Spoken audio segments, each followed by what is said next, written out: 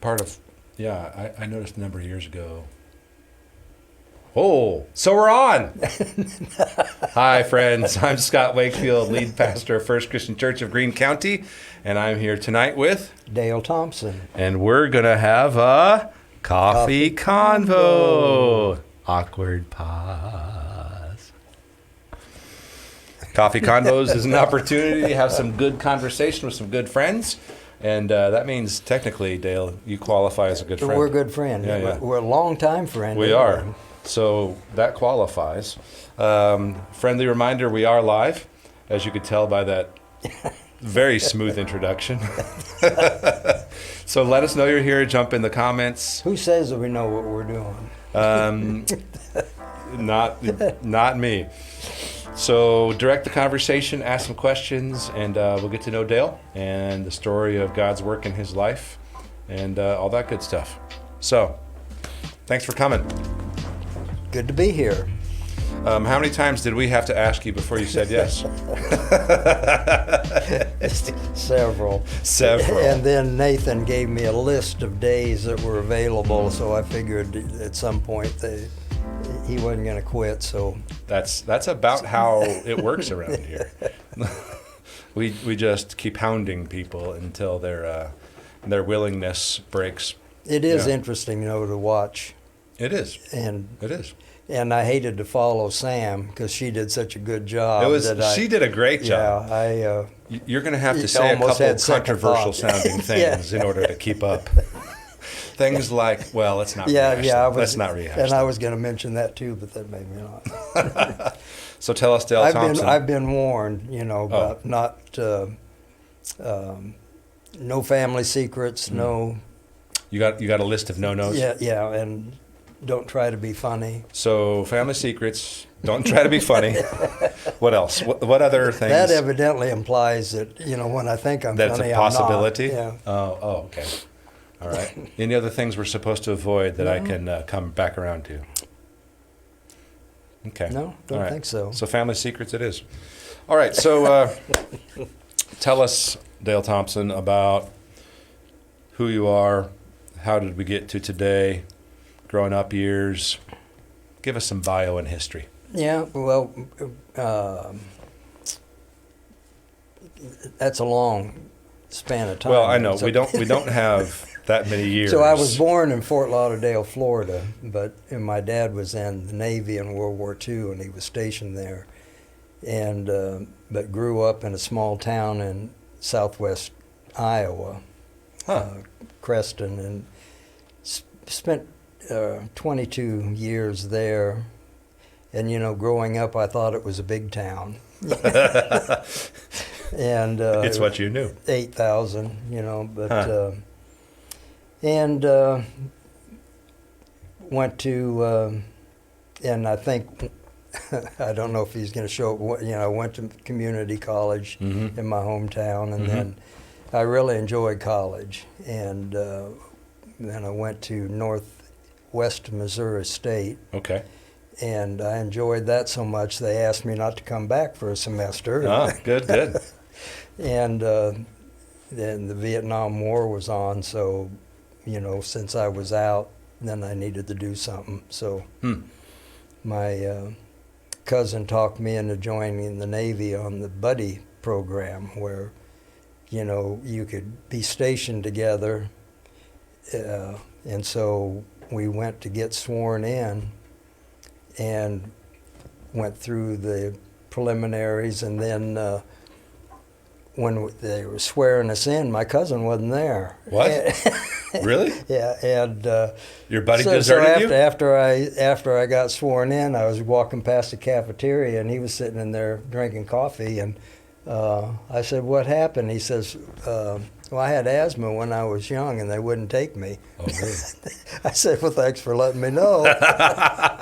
So I guess we're done here, buddy. So you were in Vietnam.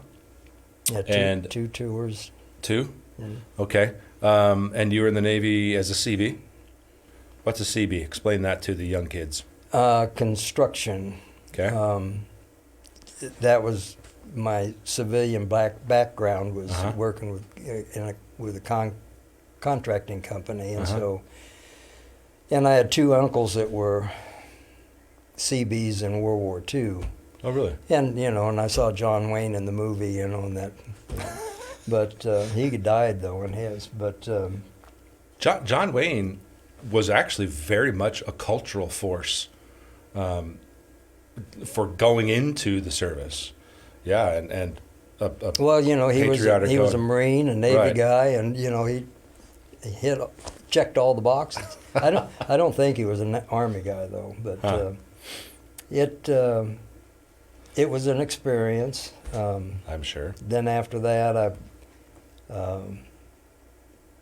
went to Louisiana Tech and LSU, and in School of Architecture. And is that what you had been studying before?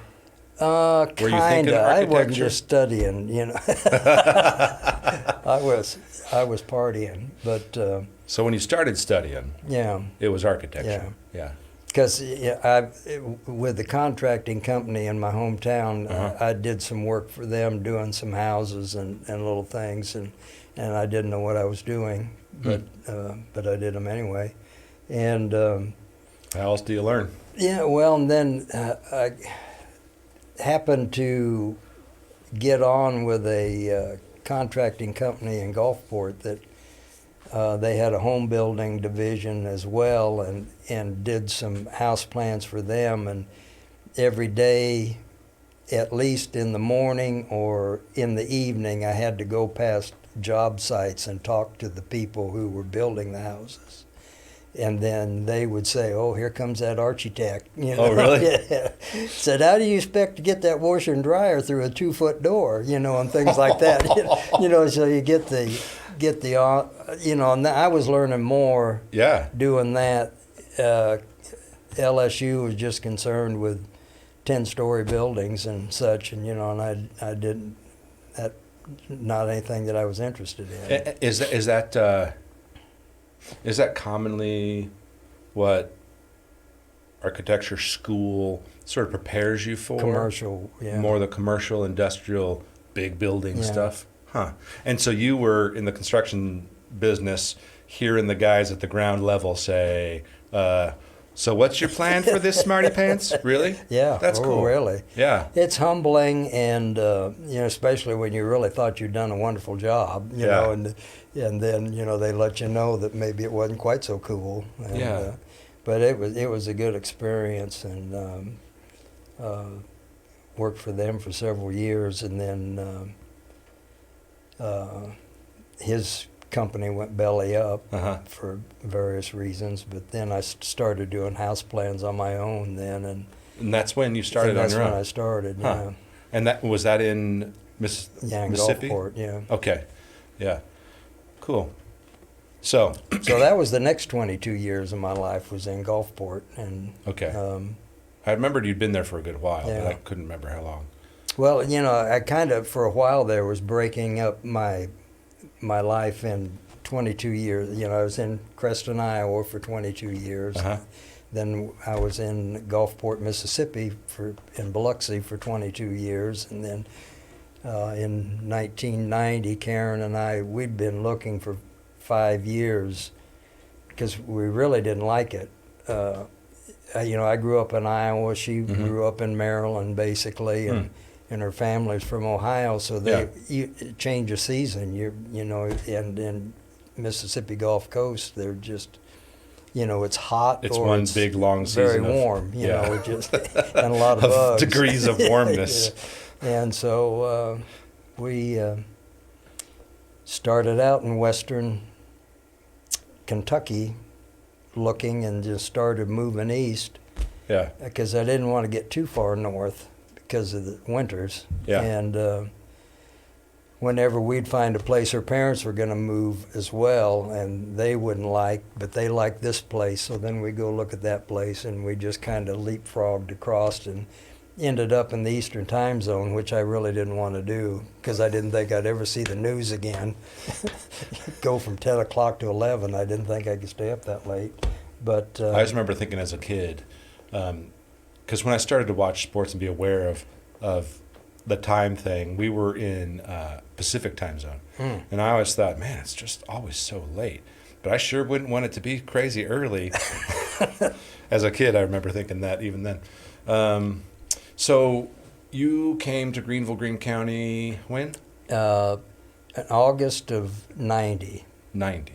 Okay. So we're almost natives now. Yeah, seriously. Good long while. Well, your kids are native. Yeah. Well, they were all born in Mississippi. Oh, really? Yeah. Oh, maybe that makes sense. Okay, yeah. So you came in 90, and they were how old? Yeah, Kelsey was probably around 5. No, I didn't know there was going to be math involved. There is. This is a very this is very educational. Christopher was going into middle school. I remember that because that was a time we thought it'd be good for him to change anyway. Okay. And I know. So he was already that old by then. Yeah. Okay. Gotcha. So. Yeah, he's that old. He's that old. Probably not much younger than I am, Dale. So. Ooh, yeah. We have questions already, and we'll get there soon. But I want to talk about Dale personality things. Yeah, we've already got some good questions. Thanks, y'all. We'll get there soon. Yeah, man, it's good. Are you more early or late? Are you like a late stay-up partier, or are you an early morning? Early. Yeah? Why do you think that is? Is that just naturally who you are? Well, because the dog gets me up at 6 o'clock, so I may as well go ahead and get the day started. Well, Karen's retired, so she doesn't get out of bed till 8. So and I don't blame her, but that gives me a couple hours to. That's so good. With You're no tired phone. Therefore at 8. Yeah. Oh boy, she's worked so hard since she retired.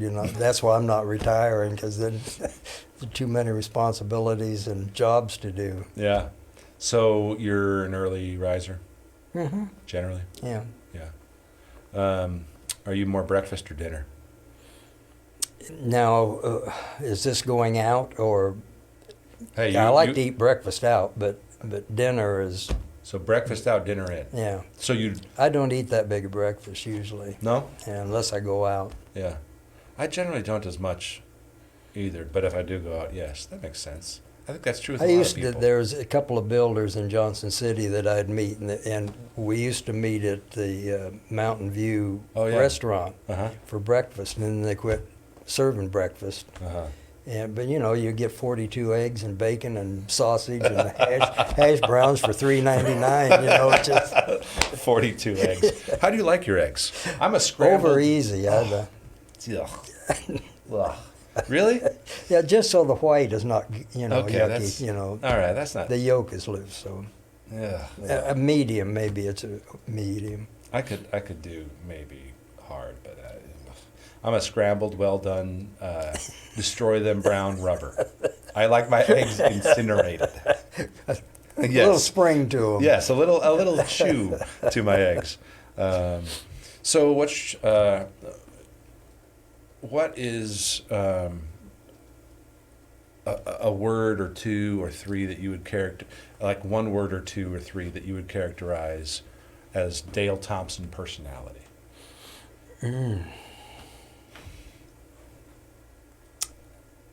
Personality. I can already hear Karen laughing at the question. Yeah. And well, I'm not. I don't know if this. I'm not. I'm kind of outgoing. I hope I'm friendly. Yeah, yeah. You're a I'm interested in people and ask them questions about them kind of person. I've noticed that. Well, that's what I like about the. I can't remember the name of the team now. The greeting. Oh, guesting. Guesting. I like that. Yeah, yeah. And so, and that's the way you get to meet new people, and yeah, and like at the team bash Sunday. Yeah. I don't know how many times I heard. I don't even know 2/3 of the people here. Which is a good thing. Yeah. But it's hard to. The thing that I thought was nice was we all had name tags, so that that was tremendous for me, so I could Yes. see who. Don't get used to it. It's just a one-time thing when we're all together Yeah, Sunday I morning. like that. It's either prepackaged communion or name tags. We don't have money for both. We got to choose one of those. So I'm just friendly. waiting for that pre-package to have juice To spew all over the everywhere, place. Yeah, but Well, we've had a hadn't few of happened those. yet. I haven't had that yet. You haven't? Not We've yet. definitely had a Not few. Just about every Sunday, we've got a few folks who spew on themselves accidentally. But Boy, that it's always doesn't sound good. It's always funny to me when, at that moment, the quiet moment, you hear nothing but crinkling paper and plastic all over the place. It's sort of a cacophony of, yeah.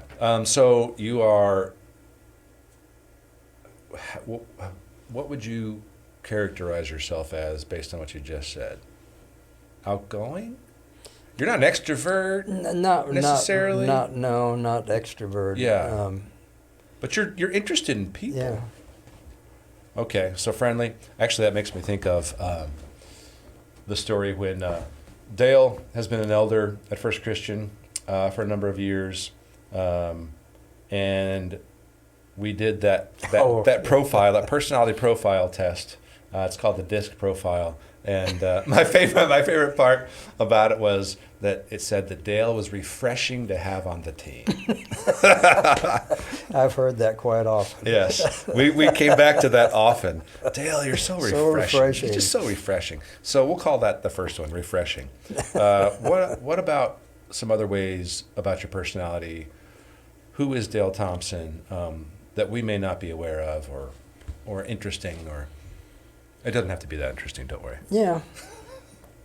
Self-motivated. Really? Yeah. Well, I mean, Yeah. work-wise, I'm a procrastinator about. I know Karen's watching, so. So you've got to be honest. Yeah, I got to be honest about that part. She got to keep me in line, but and I guess it's from years of working at home, Yeah. doing I was house thinking that plans too. that Yeah. you just get in that routine. And Yeah. Yeah. but she tells me I'm retiring, so When is that? last year I think. Oh, really? How's that going? Yeah, I retired last year. Yeah, how's that going? Not too good. Okay, so we have questions. And so the folks want to know, the throngs of dozens of people. Yeah, throngs of dozens. Holy cow. It's pretty good. Yes. Joe says, best father-in-law ever, with approximately 9 exclamation points. He's a good kid. Thanks for tuning in, Joe. Kendra says, I had no idea Dale's a veteran. Oh. Yeah, thank you for your service, Dale. She says, now I'm curious what Scott noticed a couple of years ago. I'm not sure what that means. What did I say I noticed? I don't know. Kendra will have to... Scott noticed a couple of years. Interested in people? Oh, that you're refreshing? Yeah. I don't know. Well, she mentioned that I was refreshing. But Kendra has? yeah. Oh, So the word is around. yeah. My wife says Dale's the best. A humble, consistent, honorable, loving leader who is a unifier. That's a good name. That's a good word for you. I could be president. Yeah. It doesn't take much, really. We give you a list of people that you're allowed to call on. Honorable, loving leader who's a unifier and a hard worker, a wonderful friend. One thing that my wife always said is that Dale's my number one. Why does she always say that? I don't know. Because you were our elder. I might have been. But I wouldn't have been. I think it was because you would always ask her about how she's doing, which is refreshingly, because it's like, well, Scott, he's fine. How are you? There were times in our history here where Yes. it was, I know, tough on the family. Yes. And because I would hear things as well, and I Right. know they bothered me, so I couldn't imagine. How And they of course, at affected that the rest time, of I the thought family. you were stronger than you evidently are. Yes, So, apparently you were deceived. so I was deceived, and I was worried about Dogny. So, And now you know the truth. If I would have I'm the known, weak one, we she's could the have strong cried one. together somewhere, Yeah, yeah. No, that's true. And I think a lot of people that we now currently have, and some of our folks, of course, were here for a lot of those years, but the newer folks are unaware of how much of that kind of stuff Boy, we went through. it was some exciting times. It was some exciting times. Would you like to tell some stories? I don't think so. Is that some of that? Yeah, where's family that secret organ stuff? that we used to have? Where's that organ we used to have? Yeah. We could not give away that organ. Yeah, I know it. We couldn't Nobody give it would. away. And we tried and tried and tried and tried. Yeah. We'll leave all those stories in the family secret Yeah, that's in the past. category. We got to look to the future. Tell us about grandkids. Oh, got some good ones. Yeah? Tell us about your kiddos and your grandkids. Well, Blake, of course, they just he's 9, going on 30. Yes. And he's... He does seem like a bit of an old soul. Yeah, he Yeah. is, I think. And he's very protective of the girls, Uh-huh. the sisters. And I don't know, it was funny. And of course, I always just hear half stories because, if I'm paying attention to this, I don't hear all of what's going on in here. And Right. of course, if you ask Karen, it's because my hearing is going. It's my attention that's going. It's not. Of course. I hear fine. Yes. But I lose train of thought too. So it just went away what I was. Oh, Blake, somebody that was older than him at Tusculum View Uh-huh. had said, Blake is a good kid. Everybody likes Blake. Uh-huh. And he says, I don't even know any girls. But he's a good kid. Yeah. And Lila's a princess. Oh, yeah? Loves her dresses and Cool. twirling. And Yes. and Lainey is a... How do you explain Lainey? She's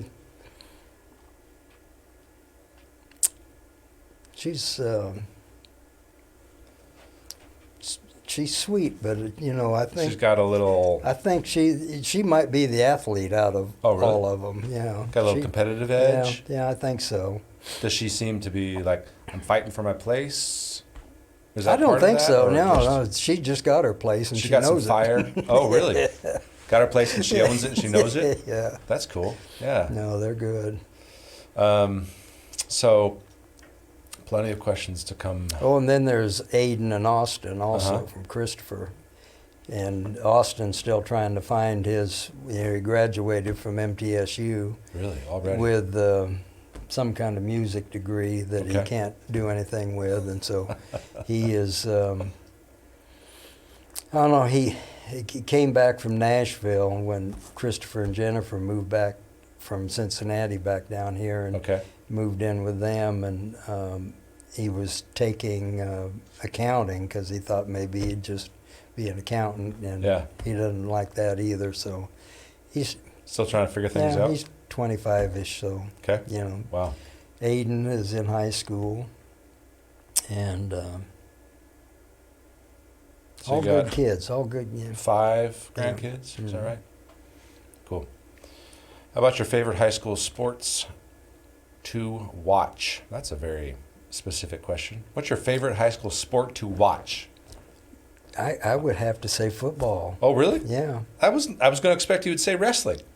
Well, that's too stressful. It was for you. I mean, It oh was for my you. gosh, yeah, because Matthew was, I mean, he was good, and Yeah. but those, oh gosh, those days were very stressful. That's the longest 6 minutes or whatever in sports. I think. Yeah, I've They're heard just- that kind of thing Oh, said goodness. about it before. and they can just, change.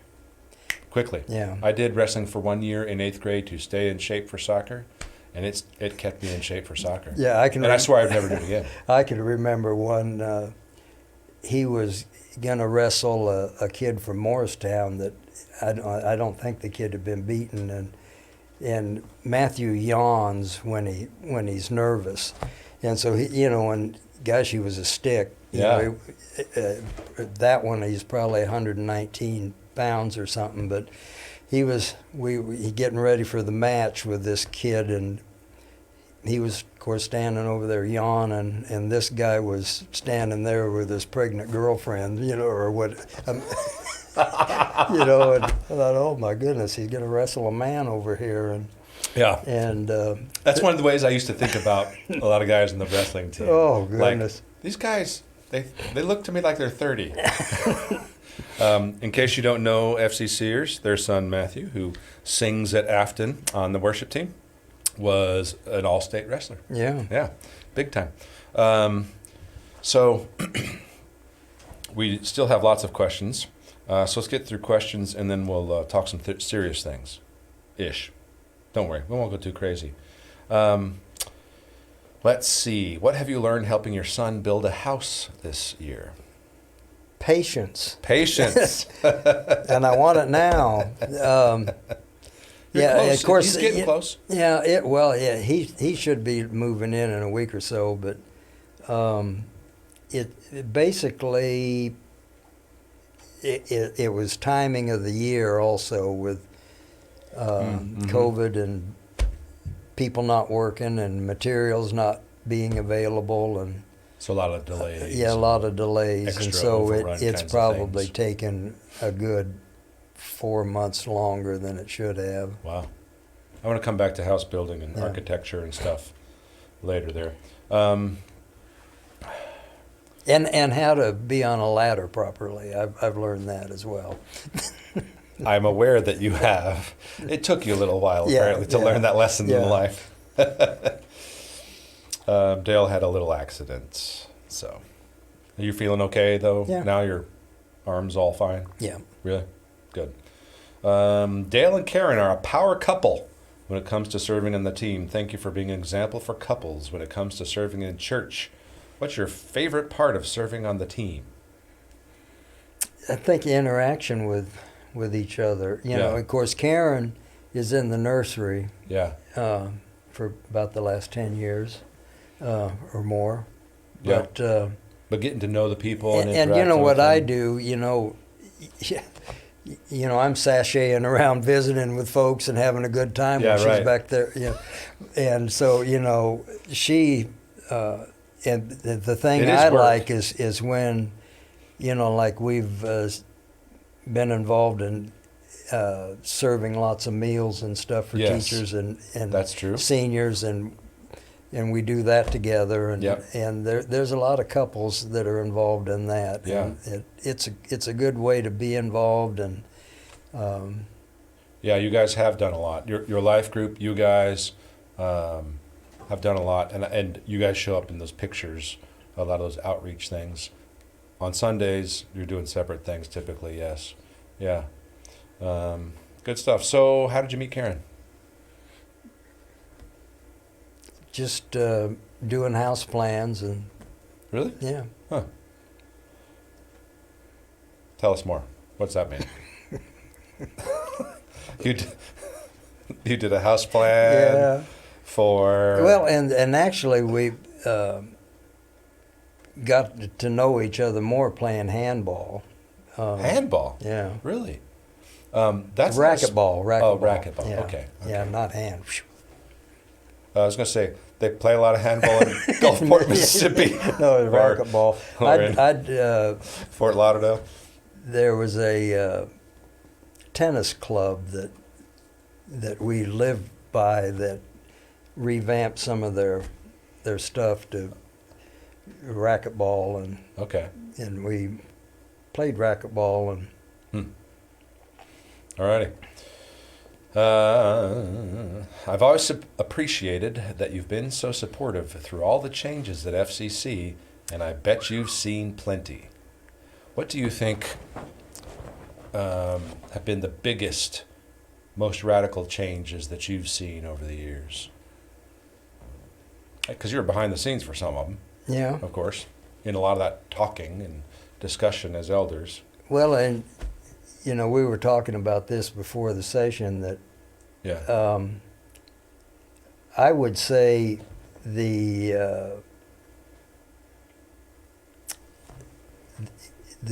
just the sanctuary worship center change in there was the aesthetics in the worship center. yeah, and no pews and chairs, and that was sort of the last-ish in a lot of tiny that and changes. of course one of the biggest things is when we were looking for a worship minister, which now seems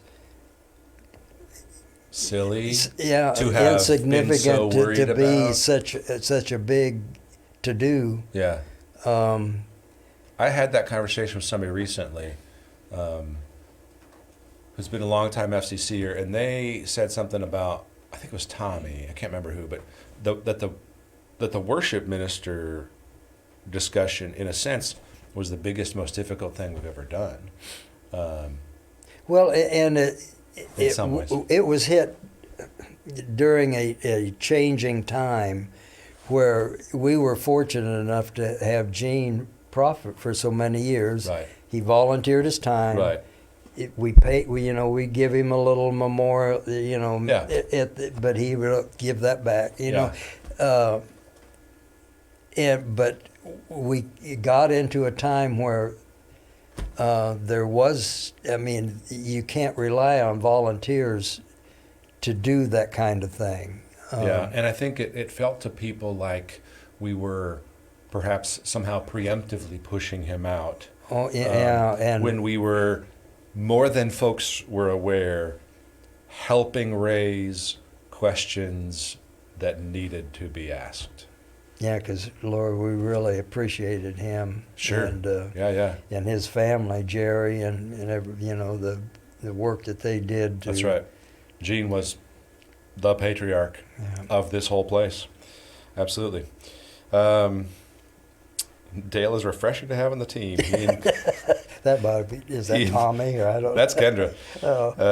She's reiterating indeed that it's the case. Dale is refreshing to have on the team. He and Karen are always faithful, smiling, and having fun each week while serving Christ. That's true. That's a very Dale and Karen Thompson enjoying it while it's happening kind of thing. Yeah, she should do this. Yes, indeed. Karen should. Doggy says, my number one elder. Call her, Nathan. He tries to get her picture taken, and I noticed that you did make it. What are some things that you and Karen like to do together? Well, we're planning right now. We like to cruise, so after we get Matthew moved into his house, we're going to go somewhere. You're going to take a celebratory cruise. Yeah, except for I'm irritated because they're going to make us prove that we've been vaccinated. And yeah, I've heard that that's part of it, yeah. Where are y'all going? Do you know yet? No. Okay. Just still putting together plans? Well, knowing Karen, it's someplace that's a bargain. And so does she have plans and you're just coming along and you don't know yet? Yeah. Oh, really? When do you find out? We used to be, kind of destination cruisers. Uh-huh. Because we'd want to go different places. Right. And now, we've seen the Caribbean, they're all... Yeah. We've been to all of those, the Panama Canal, Alaska, and, all around. And so then the fall before COVID, we flew to Montreal and went up the St. Lawrence Seaway and around to... That's cool. And ended up in Boston, but we stopped in Bar Harbor, Maine, and Prince Edward Island. Mm-hmm. Of course, everybody said, "Oh, Anna Green Gables." I didn't know who Anna Green Gables was, but she was there, and they wanted $50 to go look at her house, and I said, "No, I don't want to." Wow, you just offended half of the female population. I know it. I learned that in my life group. My wife loved Anna Green Gables. So, what's it been like to be at FCC since the fall of 1990 and witness the way God has moved and grown this local body? Goodness. When I think, it just seems like 2 or 3 lifetimes, because when we got here, Bob Cox was the preacher, and he'd been here for 20 years or something. So when you got here, he had been here 20 years? Or something, Maybe he hadn't been there that long. Maybe it was like 15, because we had him for several years. Okay. I think it was 22 years total he was here.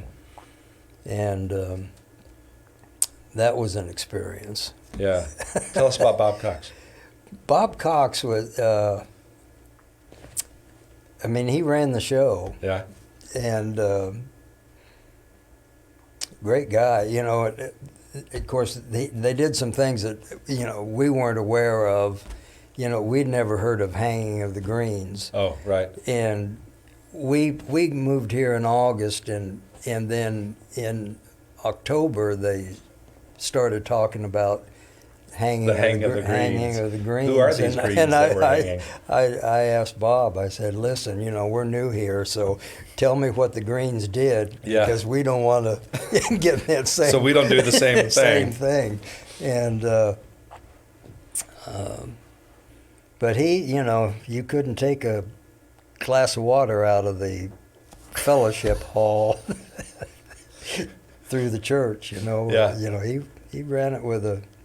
Yeah, the word I've heard in similar terms about Bob Cox was he was both a very particular dude about how we did what we did and how you treated things, especially the building and things like that, and ran a pretty tight administrative ship in lots of ways, real tight administratively.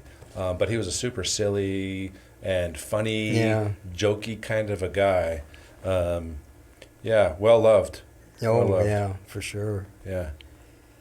But that, in those years, of course, we were pretty traditional. Sure. And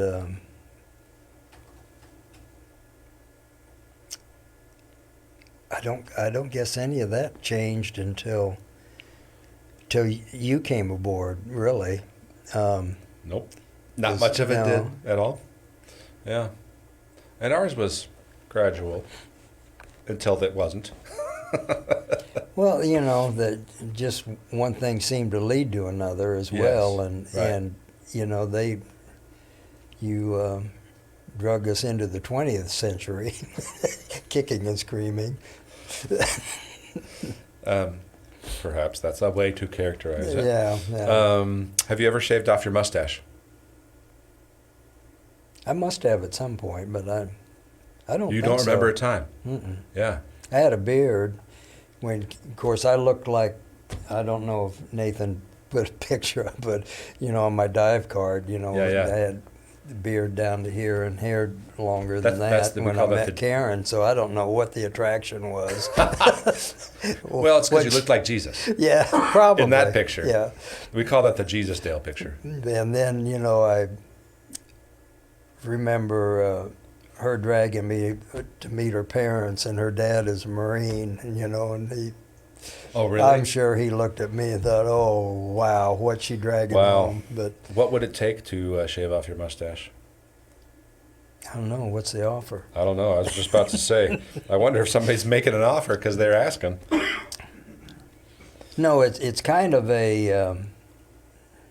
I don't know if vanity is the word, but I've got a scar on my lip, and so this covers it up, and I'm. Is that how it started for you? You think?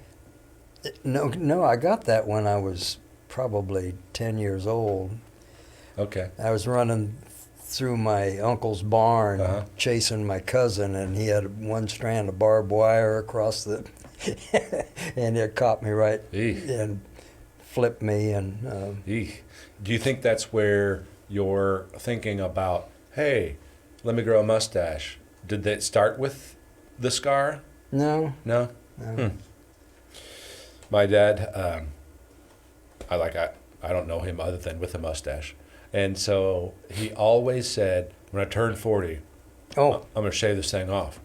And my brother cried and begged and pleaded. Did he not? And he didn't. He still has it to this day. Well, I remember when Karen and I got married, I told her that, I'd shave the beard off after we got married. Well, that was 30 years ago. So, but we moved here, and I still had it, and I shaved it. We hadn't been here that long. It was probably the first fall, and gosh, the neighbor kids came down to watch me, and we had a big to do. Really? And then I tried growing one about 3 years ago, Uh-huh. and just over the winter I just let it go, and of course it was all white to match. Of course. And I was going for distinguished look. Did you achieve No, it enough just of made me that? look older. So, Okay. you know. And Karen didn't like it either, so. We got another mustache question. We got a mustache competition brewing here. Who do you think could grow the best mustache, you or Bill Richards?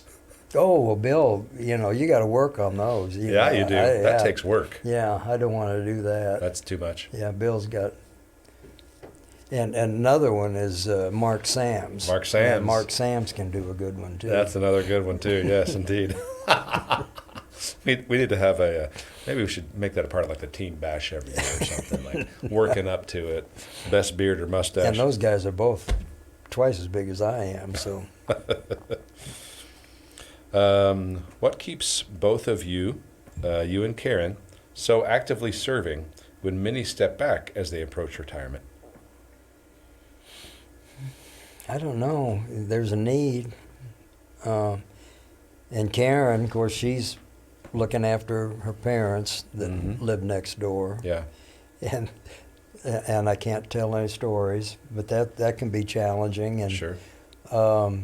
It always is the best of circumstances when you're taking care of parents. Absolutely. And so she's busy with that. Yeah, and she's sure. been painting at Matthews for a month, I think. Yeah. Trim, and so she's busy, but and we enjoy it too.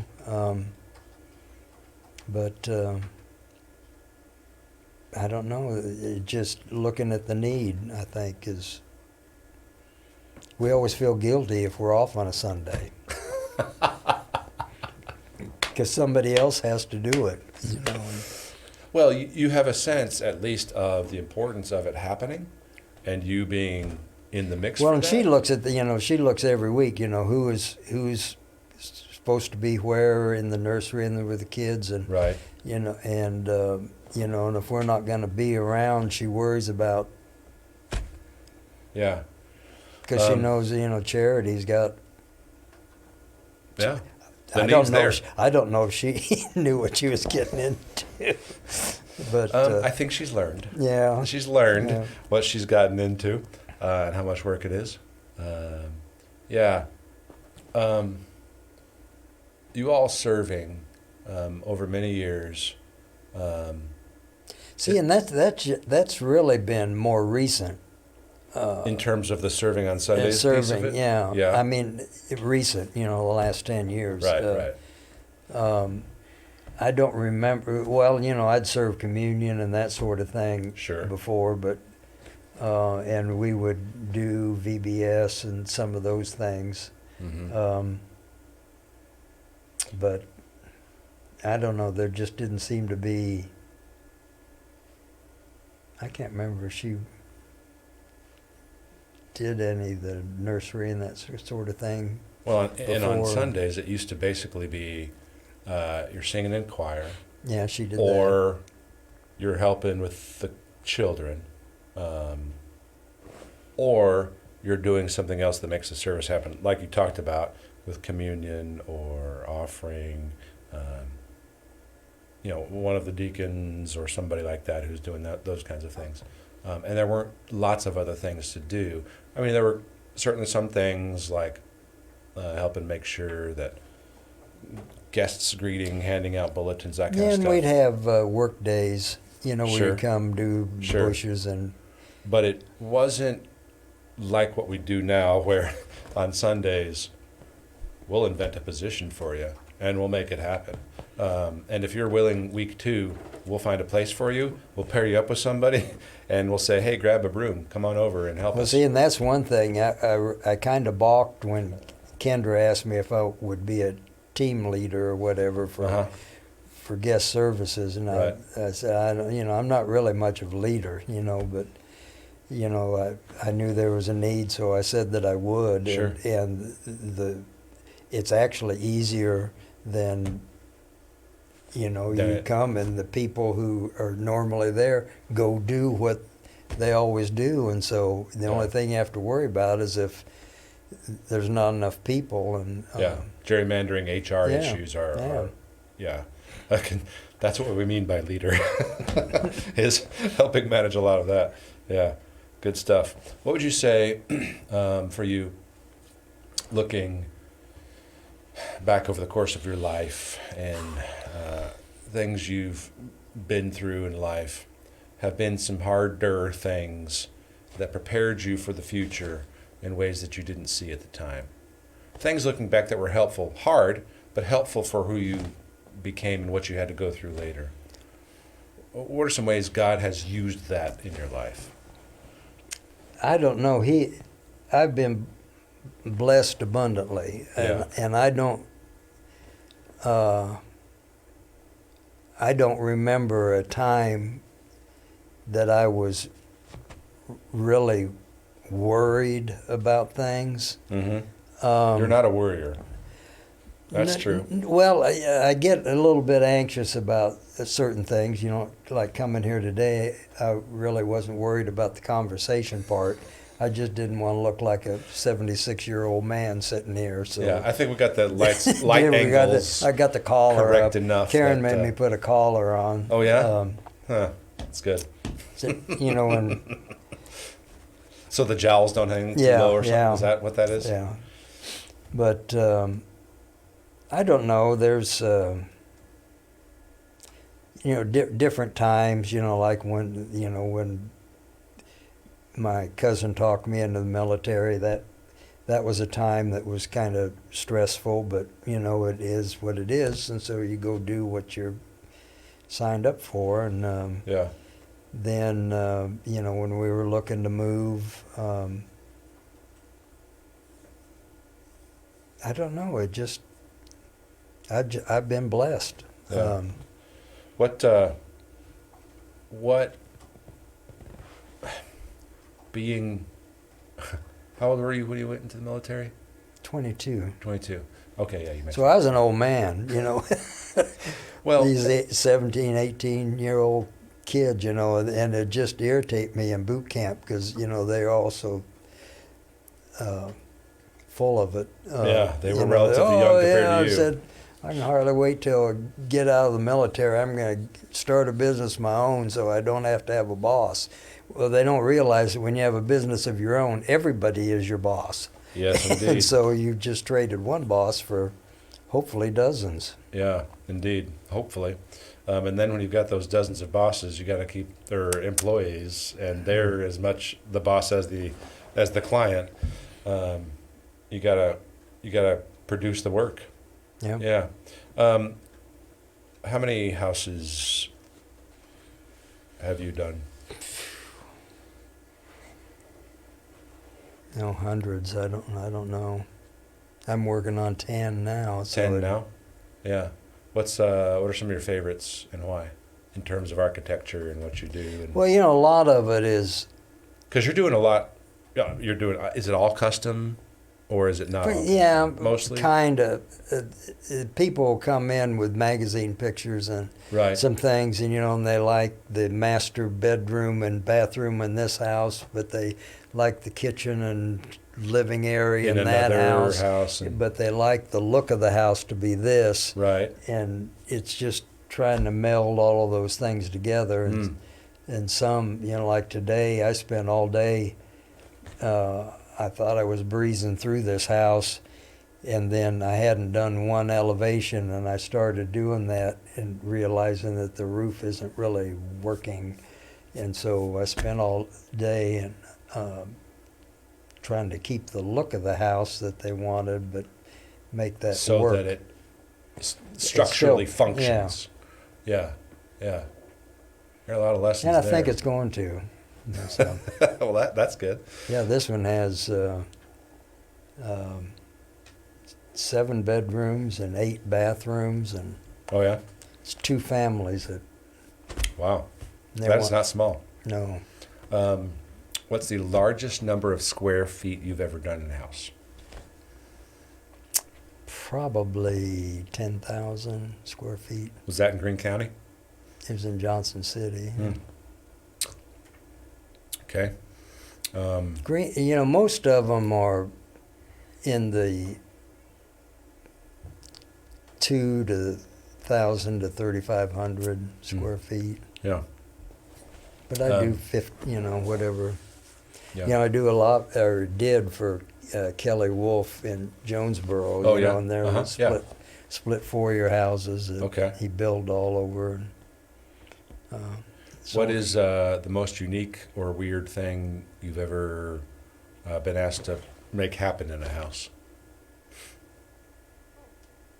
Oh, that's a good question.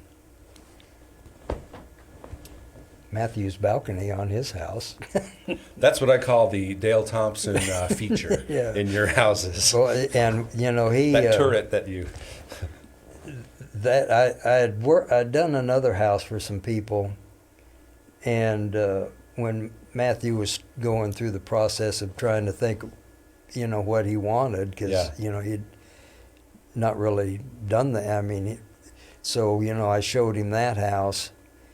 And he liked the idea of that turret, but it was the house that it was on just wasn't, because I was hoping I'd just pawn off one that I already had done, Not so much. No, but this had turned out well. And then, when they were framing, he says, I really want a balcony on this turret. And I said, well, Matthew, that would be hanging out over the roof. I don't know how you'd support that. And so we were thinking about So he has flying buttresses? No, we've got 3 steel beams that are 20-some feet long, and the room is 20. It was 26 feet. I can't remember. We made him.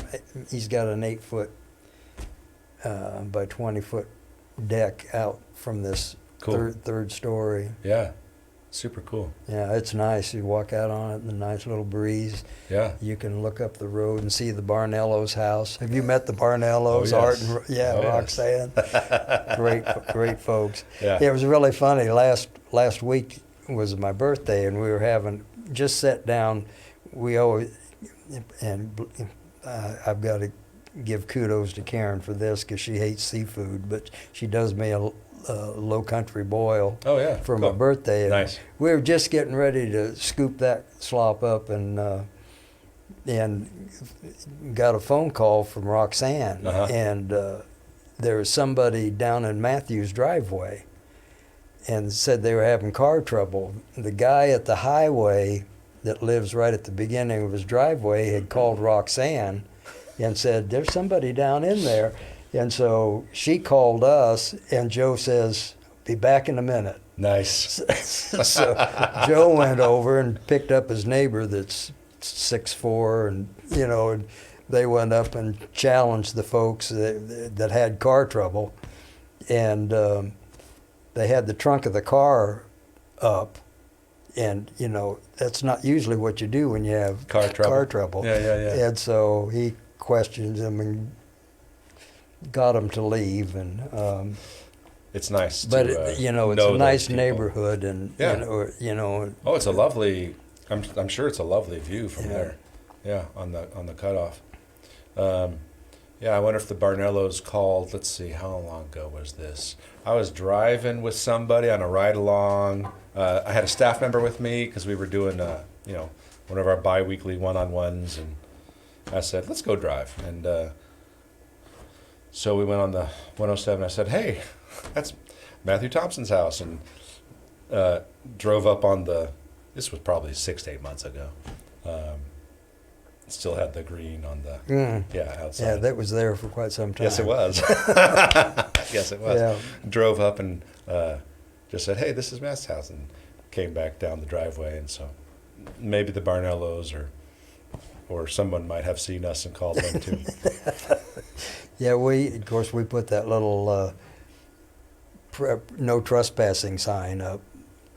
And so far, I think the only one that it scared off was Marlene. Oh, really? Yeah, she didn't want to drive down there because that sign was there. But I don't think she it has stopped since us if it was taken it to her. Yeah. Cool. Well, thank you for joining us on Coffee Convos, Dale Thompson. Oh, we done? I thought we were going to have some serious questions. No, we're done. Those were the serious questions. That was it. Thank you for joining us on Coffee Convos. Yes, indeed. It was so refreshing. Thank you very much. So